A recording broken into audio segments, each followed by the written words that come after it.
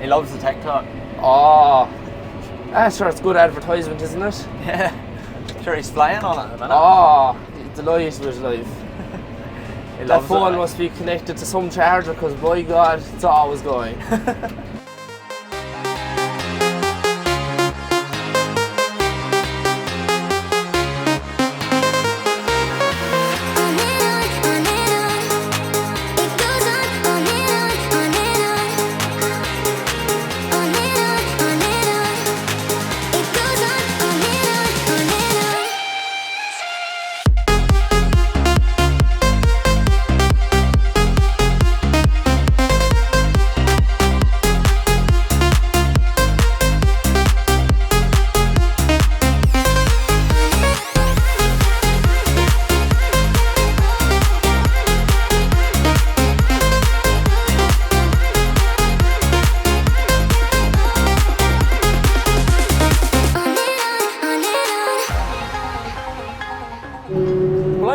First come across you, Sean, on TikTok. Yeah. When did that all come about, or did you just decide one night I'm going to be an international superstar and start a TikTok channel, or how did this come about? No, I suppose about 2.5 years ago there, I didn't even know about TikTok, to be honest with you. And there was fellas on about it, and I put a few pictures together and just made a TikTok, and I don't know, got 150 likes or whatever, okay? And I made 1 or 2 then for the winter, and then in the springtime when we were sowing the corn, and I put up a video and it got 600 or 700 likes, and I said, geez, people are watching this, and I was saying, was it the tractor, was it the corn drill, what was bringing them along? So I suppose the silage season of that year, which would have been 2 silage seasons ago, I went out and I got a video the first day we were at silage, and it got 700 or 800 likes, and I put up a few videos, and I used to always put on a song with them, like, so I put up a good few videos that year, and then last year I put them up, and I suppose earlier in the year I was after hitting the 10,000 followers, and I was always saying I'd like to get 10,000 followers, you know, and I just started talking in a video there a couple of months ago, and to be honest with you, I don't be shy to talk, but I'd be shy to talk on the phone and put it out to the public. I did it anyway, and the first video went up and I got 2,000 or 3,000 likes, and I talk away on them now, and even some videos I don't talk. I put up the odd one again with a song, okay, but sometimes I just let the machines running, and I suppose people will be saying, how does he have time to be making TikTok videos when he's up in the silage house or he's answering the phone? But like, all I do is I take a Snapchat video for whatever, 10 seconds, and I save it, okay? And if I see something else in a minute, I'll save it, or if there's an opportunity to have a bit of a laugh with one of the lads, and you know, and just when you're waiting for a trailer, then later on I just go into the TikTok app and press the plus, and I just link them all together. I don't edit them. It's as raw as it comes. It's what's there and what we're at, and I think people kind of feel involved, you know, because there's older people that were at silage during the years, and they're gone away driving diggers, they're gone away driving lorries, and you know, they have family commitments and they're not at it, but they'd love to be at it, and they seem to like to see us in our travels during the day, and I suppose they think they're there with us. They're there with us, and like a couple of people said to me that they used to come in there in the evening and be watching the news, but they said with the kids now and everything, they turn on my TikTok channel there at 9 o'clock and watch it before they go to bed. And, you know, I don't know why people like it, but they like it, and as long as people like it and keep watching them, I'll keep putting them up. And I suppose a couple of videos there now, it's kind of hard when you're busy up in the silage house, but when the pressure will come off, like the maize drill there, I've done a few videos of how it works, and you know, like people are interested in it, you know, in my, like some things I'd be saying to people, you know, watch out for this or watch out for that. And it might sound stupid to me because I'm at it every day, you know. If someone takes a bit of advice off it and watches it and learns from it, sure, what harm is it to put it up? It's just a bit of fun, really, is all, you know, and creates a bit of interest. Like you'd see driving around the country, there people will be watching us, and if we drove into a garage, someone will recognise you from TikTok, or you know, like. Right, so talk to me about Daly Agri. Where did that first come about? Because you're not actually a Daly. No, I'm not Daly at all. No, I'm Sean Collins. I suppose this is as Daly Agri for the full contracting side of it. This is the 6th silage season with them. Like starting back when I was young fella, I done 3 seasons at Bales with a contractor. Okay, then I was with another contractor for 20 years up in this farm house. This is my 26th season. Like, you know, it was the lad I was working for previous to the Dailies. I used to organise the work for him there on a day-to-day basis. Like, and Liam and Jack had a rake with us in a tractor and trailer anyway, you know. Yep. Hired in, like cross-hired in. And when he retired, they got the opportunity to buy it out. Their tillage farming and their beef farming, and they were doing bits of other contracting, but not self-propelled silage harvester work, like. But they bought it on, and they said they'd buy it if I came with him, so I came with him, and the rest is history, I suppose. We work away well together, the three of us, like, you know, and Yes. we held on to the work. We got new work, and we seem to have a pretty good name around Cork. Like, we work within 20-25 miles of base, like, you know. We don't take any notice of it, like, we'd be home in, I suppose, an hour in the silage house today, like 50 minutes in the tractors, but all around Cork City, like, at each side of it, we have a good bit of work, like, so we don't mind coming up to Cork, like. Yes. So you were part of the business sort of before the business actually come to be? You know, like, Yeah. these boys bought the business over and then you sort of just come with it? Yeah, they took on the silage harvester, they took on the loading shovel, and Tony, our old loader driver that died last year, he came on driving the shovel there. We held on to 95% of the work. There's only one or two jobs that we didn't hold on to. Yes. And sure, that's going to happen in anything when there's an opportunity to change, you know, for different reasons. People don't want to change either. We give a good service, we come as quickly as we can, we do as good as we can for our people, like, and I think that's getting more noticeable now in the south of Ireland. Is one time there was a lot of contractors there, but they're getting scarcer and scarcer, like, because machinery is getting more expensive, drivers are getting scarcer, like, all the new rules and regulations with slurry, like, and storing slurry and the amount of slurry of the spread, like, it's only busier things are getting, you know. Yeah. That's a big row of stuff there. It's a big rounded. What size of rig are you working with? 4-rotor. It's our first year with one. We bought a new Crown 4-rotor, and we were saying, no, when the grass got heavy, you know, would the machines be able for it? But we thought we'd actually park it up because grass has gone so strong now, and go back to the 2-rotor, but there's no need. Like, we were taking in 5 10-foot swaths, we're bringing in 4 10-foots now. We're still going away well, like, you know, we have a nice forward speed, a consistent forward speed.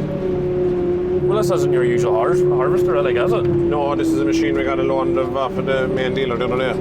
Our own machine there. They gave it a bother, so we got a loan of this. Our owner is going back now again tonight. This is the 2019 880. Surprisingly, it is 150 or 60 horsepower less than our own one. So I was saying, geez, they'll never manage the 4-rotor rake, but it's flying. It's going away fine. Well, what are you normally used to working with?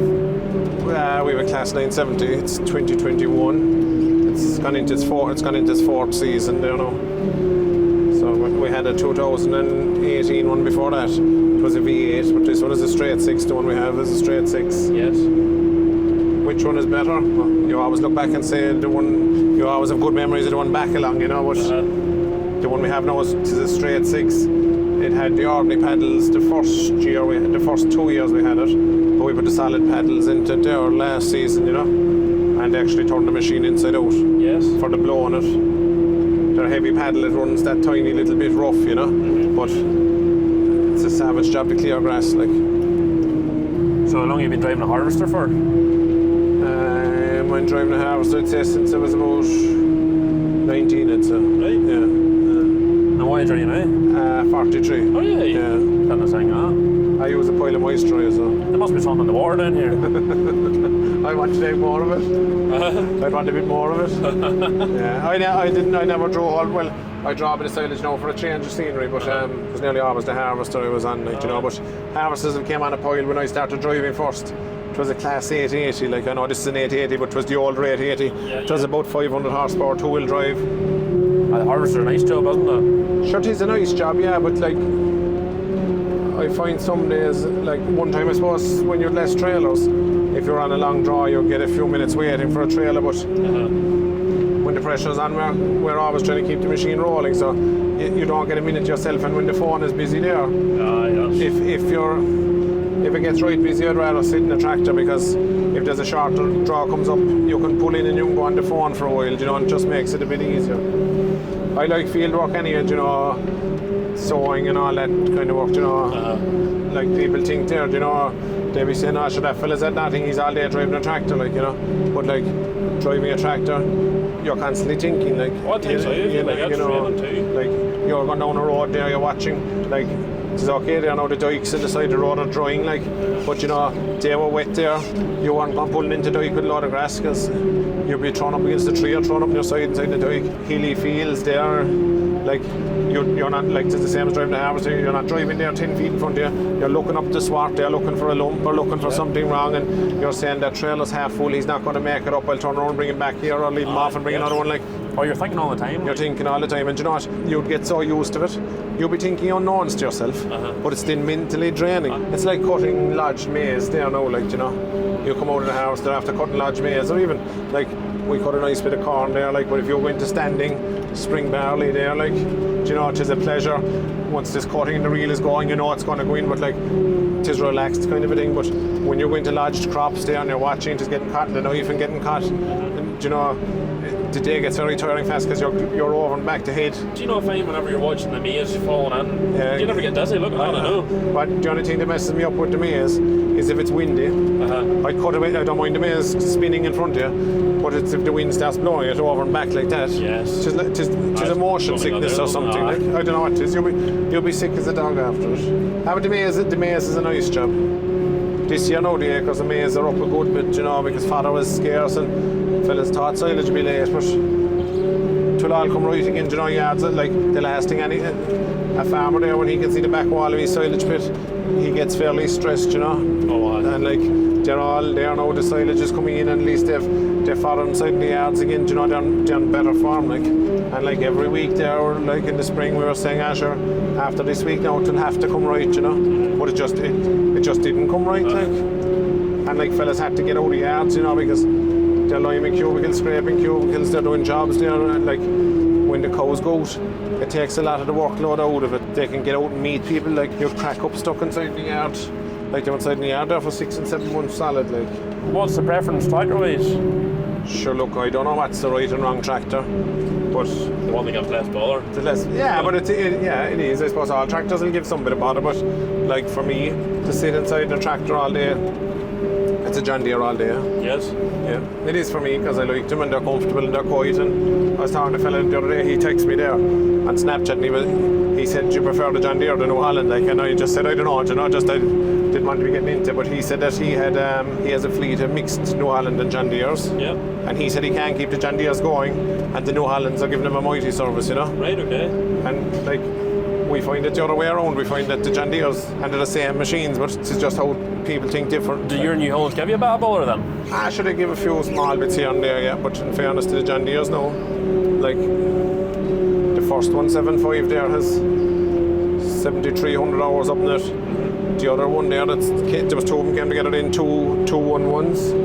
There's 6,500 up in one of them, and there's just 6,000 on the other one. And like, they're after being savage tractors, like, you know, they gave no bother, to be honest with you, but I suppose the one with 6,500 hours on now, to be fair. Yep. That tractor was doing a lot of breed-all work, it was doing a lot of corn sowing, it was doing a lot of maize planting.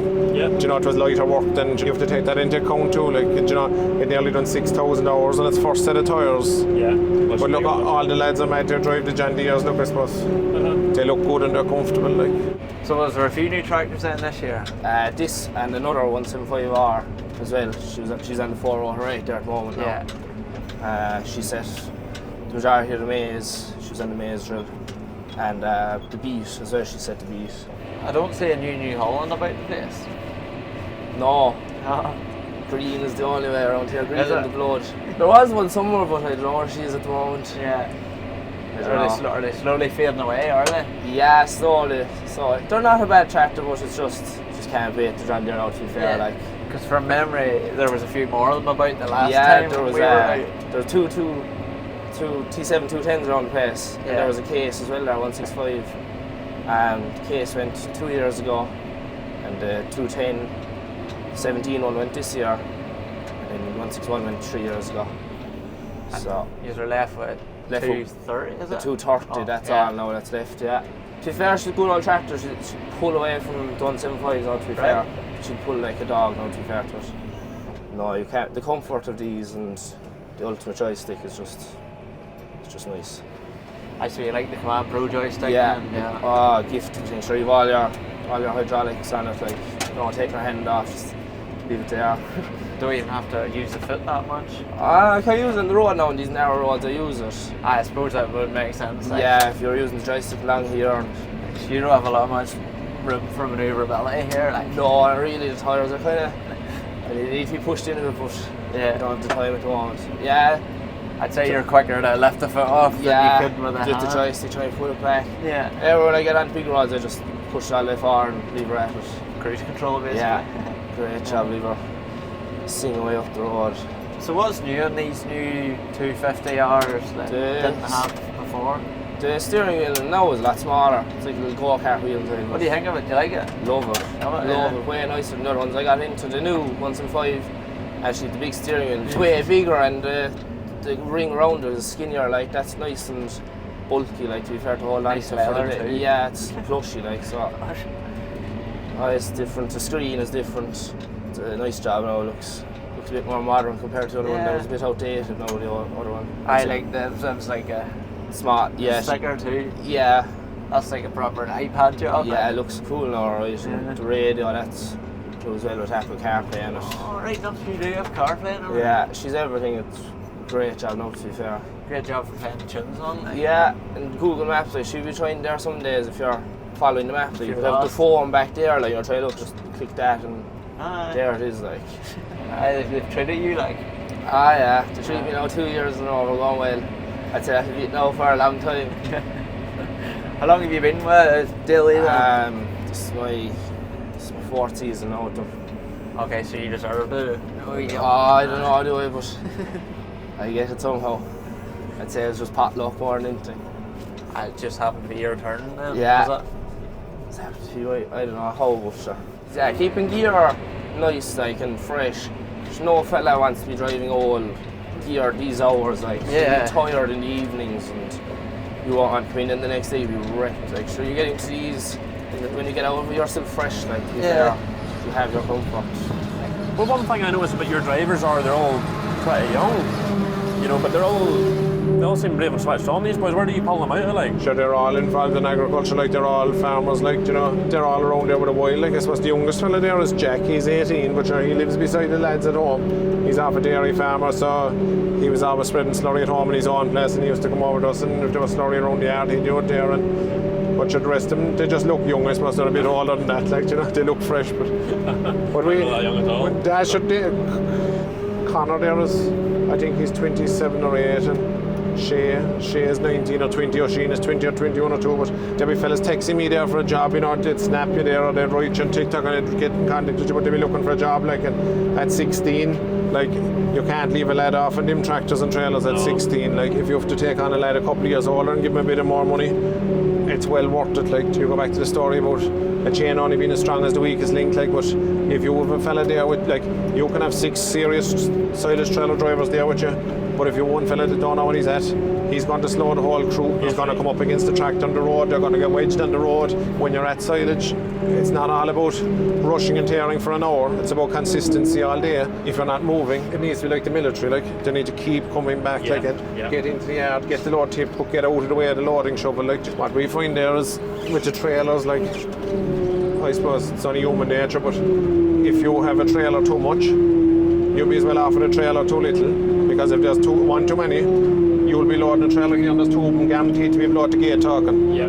So a half a trailer too much is the key, because you just want to keep it rolling. But if you have a half a trailer to trailer too much, you can just slow them all down on the road. It makes the whole thing safer, like, you know. But I suppose everyone has the luxury of drivers enough to do that, like. Well, that was one thing I sort of took from your TikTok was, like, as past while there's been a lot of negativity over tractor drivers and maybe tractor staff, but you always seem to be pretty positive about your staff, or, you know, have the crack with the lads all the time. Yeah, but look, the days are long when you're at silage or when you're at slurry, or we pipe a lot of slurry, but we go out and we do the work to the best of our ability. But some fellas be at a job for a day or two, they might be at slurry at home in their own farm, and it's our job, we're at it every day. So, like, you have to have a level of fun. I can see where it goes wrong. If you're driving a silage house today and you give a young fella a job, he's 18 or 19, and he does something wrong, and then you say nothing to him, right? And he comes back tomorrow and he does the same thing, and next minute you're inside the harvest and you're giving out to yourself and you're giving out to him, right? If you don't explain to him what's wrong, like, the key to the whole thing is communication. If there's a problem, and don't tell a fella what he's doing wrong in front of the whole lot of them. I pulled him to the side. Yeah, but just ring him, or just let it slip at that moment, and just when you're covering pictures, walk way over beside him and just say, look, just don't do that, or it is easier this way. And like, a fella's not going to keep doing it wrong every day, but you need to explain the reason why you want to do something else. And I suppose people have different ways of doing things. The one thing, you have to feed staff anyway, and we're lucky we get fed in the jobs, you know, everywhere we work we get fed, but like on the way to a job, if you know the pressure might be on, but stop, get a cup of coffee, get a packet of potatoes, get something. Like, you can't treat men like robots. No. Do you know, and like, treat them like you want to be treated yourself. We find that's the best way. Like, and some fellas like giving out to staff, but there's no point in giving out to them. I know they need to know what's going on, and if there's something wrong, you need to tell them, but there's no point. Some fellas just love roaring and shouting, and like, you're not going to keep staff, and like, it's a small country. If they're out in the weekend and you're an animal and staff, they're going to tell the next fella, and you know something goes wrong there. Look, this fella's do it, and Mara gets pulled off a tractor and they get sick of it, and I know it shouldn't happen, but fellas to be docking fellas money over things and tractors, look, things like that can happen. Fellas deserve to get paid.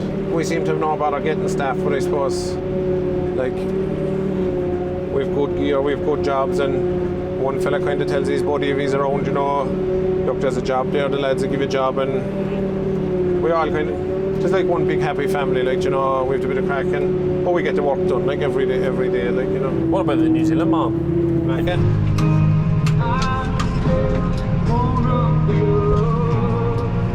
I just following on him. Anthony there, one of the lads that's with us, he goes over to New Zealand every winter there with the last, it's 5 winters maybe, and he became good pals with Macca, and he just said to me there, I think it was the winter before last, he just said, look, Macca's mad to come to Ireland, will you give him a start or whatever? And you know what, I never spoke to him. We told him to come on, and he came on last season, and he's a grand fella. He can rake there. He didn't go ploughing till he came here. He can plough away. He'll drive a tractor more. He'll draw silage night and day. And he was mad to come back there this year. And as far as I know, he wants to come back next year again. But like, a friend of his there, he got onto me the other day. Mackie told him to get onto me. He wants to come over there. He's watching us on TikTok and things, and he wants to come over for next season. So we told him to come along. But like, I suppose there's a lot of Irish lads going to New Zealand every year. So why can't the New Zealand lads come to us? Like, you know, like, it's a different part of the world. They want to see what we're doing as much as we want to see what they're doing. But we treat Macca well, like, but he's a good worker. Like, we want him to go back to New Zealand and say, I was in the south of Ireland. You know, I got a few days off to travel, got a few days off to see things. I was fed, I was paid, and promoted well, like, you know, like, because going forward, every contractor seems to be short of staff, and if the likes of him could bring someone back with him, it would benefit everyone. Luckily for us, we've all the same staff for a long time, okay? This year especially, and we probably have 1 or 2 lads too many, okay? But that gives us the opportunity, if fellas are tired in the evening, you can rotate it some evening, tell 2 of them go away, and 2 other fellas can come on, and if you will work a man too hard, he's only going to perform by half the following day, you know.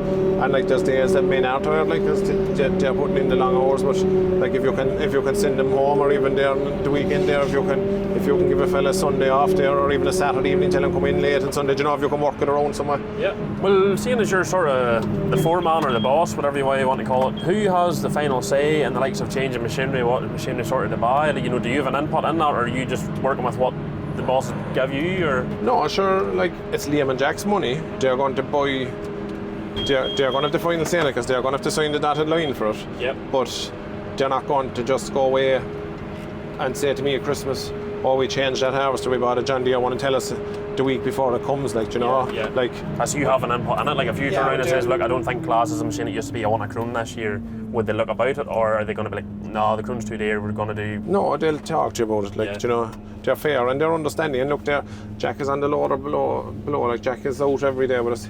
We all get on well, like, you know, and I suppose thinking that we spend too many days below in the yard, you know, if we are back in the yard of cattle there, or if we're maintaining gear or whatever, we go into the house and we'd have something to eat, and sure, we'd be talking on the phone. Like, the lads are very easygoing, like, they have a lot on their plate, but they're fair and they're understanding, like, I suppose, like, early in the year there now, the new Super Cube that we got, like Jack was saying, will we get 2 of them? And I said, sure, can't we get 1 and try it? He could have dug in his heels and said, no, we're going to get 2 of them. And my argument was just to say, we'll see. There's always room for 1 big trailer like that for long draws and things. But if you bought on 2 of them and they were a disaster, you wouldn't use them. But it's okay now that the amount of grass that grows, that it hauls, like, we probably will get a second one next year. It wasn't a disaster then? No, it's great, Like, the 3-axle brand trailer we have there, like, anywhere that'll work. The Super Cube is working with it, like.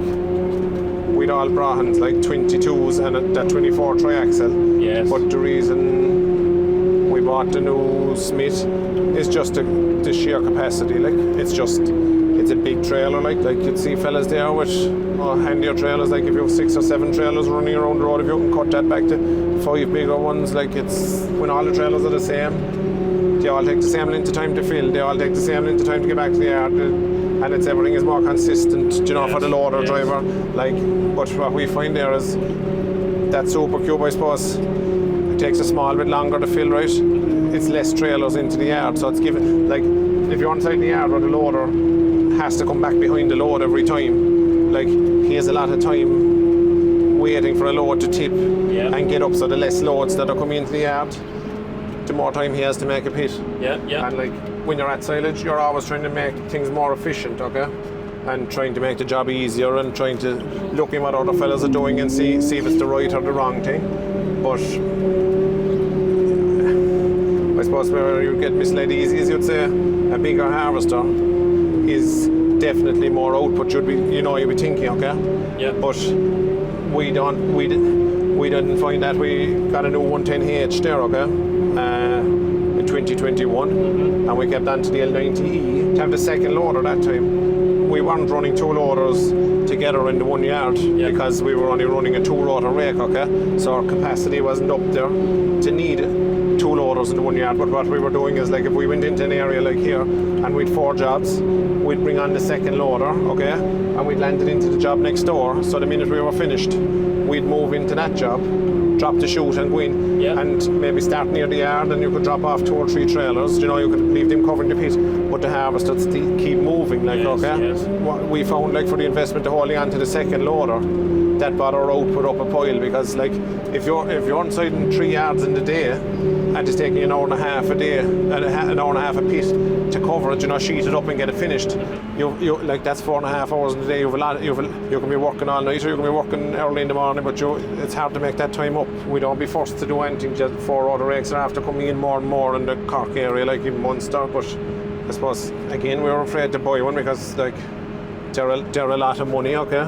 We knew it would be a huge advantage in the early first cut grass, when to be light, like, but we use the rakes a lot for turning straw as well, we buy a lot of straw and sell it, like, but we were saying, would we get the value of the 4-rotor rake, but again, opposed to the price of a 4-rotor rake, to putting it onto a bigger harvester. Instead of silage harvester there, I think there's 19 tonne, okay? Yeah. It takes power to drive that, even if it's not chopping grass. It takes power to get the speed up in it, is what I'm saying. Like, we were loading our machine, definitely. We were running it at 100% engine load, okay? We're using more of that 100% engine load now, chopping grass with the 4-rotor rake, because the machine is slowed down. Yes. And, like, but that's the point of it, really, like. To keep it loaded, but, like, what we seen there, we were driving too fast in the fields, okay? The lads are going back to the yard, they're tipping and they're coming back, but at least now your forward speed inside the field is slowed down. And it gives them a chance just to gather their thoughts, and it's a more relaxed atmosphere when they're beside the silage harvester, And, like, we find there, like, we used to have 5 or 6 trailers, maybe, always 5 anyway. Even if we were around the yard, we'd have had 5 with the 2-rotor rake, like. But now it's more 6 and 7, and even there's days we bring on 8 and 9, because, like, if you're not chopping, you're not getting through the work. Like, there has to be grass coming out to shoot, like, for as much of the day as possible. So, like, if you can keep the harvester going, keep the 4-rotor rake, keep the second loader, keep trailers, and, like, there's a lot of planning goes into it, because, like, for us anyway, we probably haven't enough of machine, we've only enough machinery to do what we're doing, but if we've 6 trailers drawing here and we are going to a job over the road, and we know there's 6 trailers at the start, okay? Yeah. And then we're saying, yeah, we're going to need 9 for the long draw that, like, you have to have worked for them other 3 tractors back in the yard, drawing slurry, you know, there's one of them with disc in there today, and like, just to try and to get all that to mesh, that the lads can come on with them extra 3 trailers later on. And you know, if you're going to another job after that, then there's a long draw, to try and do the long draw first, to use all the trailers, and then cut back to the short, you know, the tractors on the over and back the road. Yeah, yeah. Like, it all looks rosy there, you see the gear over and back the road, and up and down the road, and trailers full, but there's a fair bit of organising and, you know, trying to get jobs to work, that you're not driving from the west side of Cork City back over to the north side of Cork City. If you can get them to run away together, it's a fair help and output. You just make it look easy. We make it look easy, yeah. We try, yeah.